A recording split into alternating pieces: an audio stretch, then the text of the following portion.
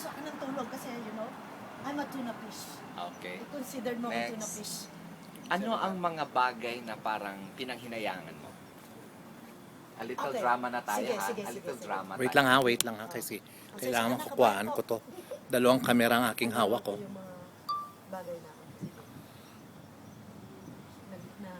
Sige. Pinanghinayangan mo na Sige, hindi go. mo nagawa, Oo. sana ganito, Oo, sige. okay? Maganda tanong yan. Parang gusto ko sagutin din sa akin yan. Pwede ba ako sumagot yan?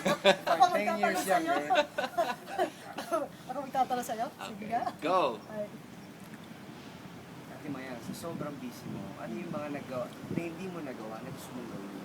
ngayon gusto ko talaga ang halimbawa yung... Pero wala naman late sa pag-aaral. Oo, kaya lang yung oras ko nga, kulang na kulang ko. Gusto ko mag-aral skydiving. Gusto ko mag-aral ng, bungee jump, yung mga technique nun. Adventures ako. Alam mga trekking. athletic ka Oo. Ay, pati yung trampoline.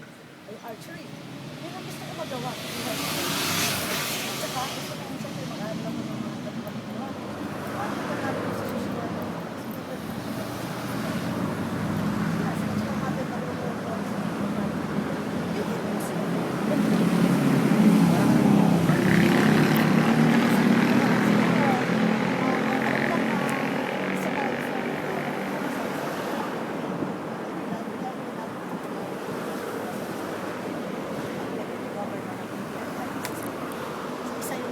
Isa yun, natutuwa ko, pero meron akong gustong ulitin na sagutin doon sa tanong mo. Sa inyo.